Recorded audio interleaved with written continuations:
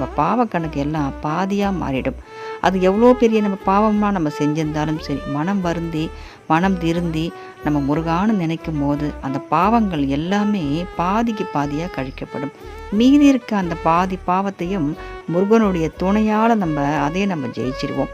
ஆனால் சின்ன சின்ன இன்னல்கள், கஷ்டங்கள், சோதனைகள் எல்லாமே வாழ்க்கையில் இருக்க தான் செய்யும். ஏன்னா நம்ம கர்மாக்களை கழிக்கிறதுக்கு தான் பிறந்தே இருக்கிறோம்.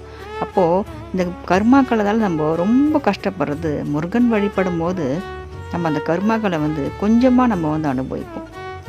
முருகனுடைய அருள் தான் நமக்கு கடலளவு இருக்கும். இந்த கர்மாக்கள் நம்ம கடுகளவு தான் இருக்கும். ஆனால் கடலளவு முருகனோட அருளை வச்சுக்கிட்டு இந்த கடுகளவு கர்மாக்களை நம்மளால் கடந்து போக முடியாதா? நம்ம எவ்வளோ சோதனையை பார்த்துட்டோம், எவ்வளோ கஷ்டங்களை பார்த்துட்டோம். இதுக்கப்புறம் என்ன நம்ம பார்க்க வேண்டியது இருக்குது சொல்லுங்கள்? நம்மளால் முடியாதது என்ன தான் இருக்குது? எல்லாமே நம்மளால் முடியும். அதுவும் முருகன் நம்ம கூட இருக்கும்போது நம்ம வாழ்க்கையில்